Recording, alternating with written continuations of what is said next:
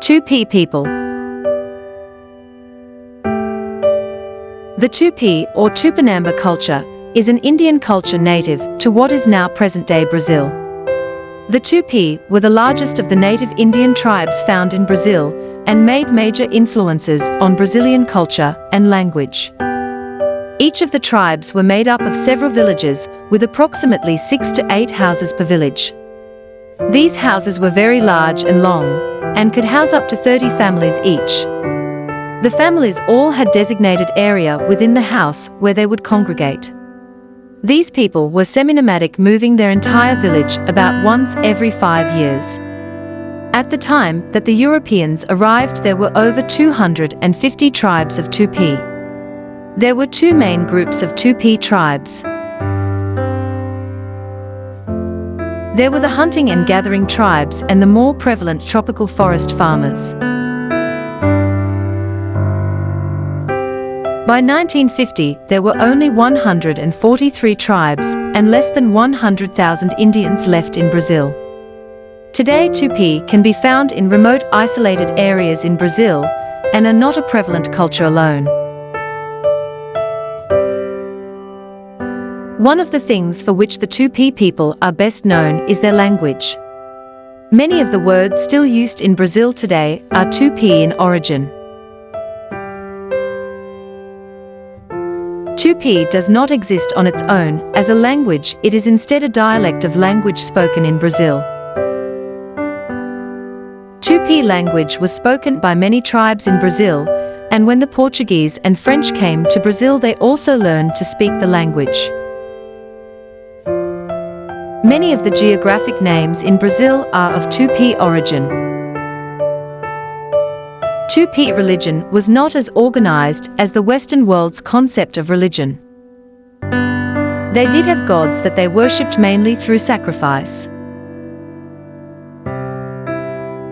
In the Tupi tribes there were aldermen, called shamans, that were a concept that is similar to our priests. These shamans were also the tribe's medicine men, and were thought to be able to communicate with ghosts and demons through trances. When the Jesuit missionaries arrived in Brazil, they began to try and convert the Tupi people in Christians. They baptized many of the Tupi and began to take records of their families. The Jesuits made efforts to protect the Tupi from the Portuguese for about 200 years so that they would not be taken for slavery. The Tupi people were very aggressive in nature.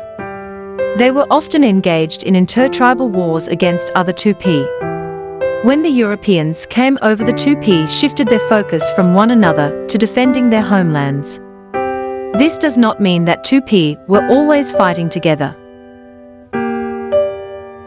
Different groups of Tupi often sided with either the French or the Portuguese. The people that the Tupi killed in warfare were often used in cannibalistic rituals. This was an important part of their religion, but was often seen as very immoral and savage by the Europeans. The Tupi were seen as very brave warriors that did not fear death themselves. They had weapons that they used in warfare that took the Europeans by great surprise. They were also very skilled warriors that could fire their bows very fast with great accuracy that astounded the Westerners. The Tupi did not like to attack their enemies after sunset. They instead would attack at dawn to the sound of good trumpets that they had made. They would not wear any clothes during war, but would instead paint themselves with either red or black normally. They sometimes wore feathers as well in battle. They did not have a person in charge, so their battles were not as ordered as Western warfare had become. They did, however, take advice of the older Tupi, although there was no one man designated as the leader.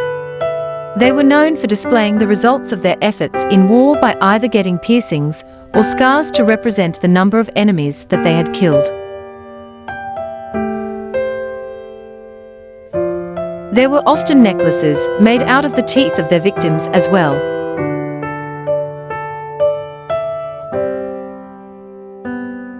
The number of Tupi that now live in Brazil is very few. These people were not looked upon very favorably by the Westerners, and many of them died from disease and warfare. They were, however, very influential in making Brazil's culture and language.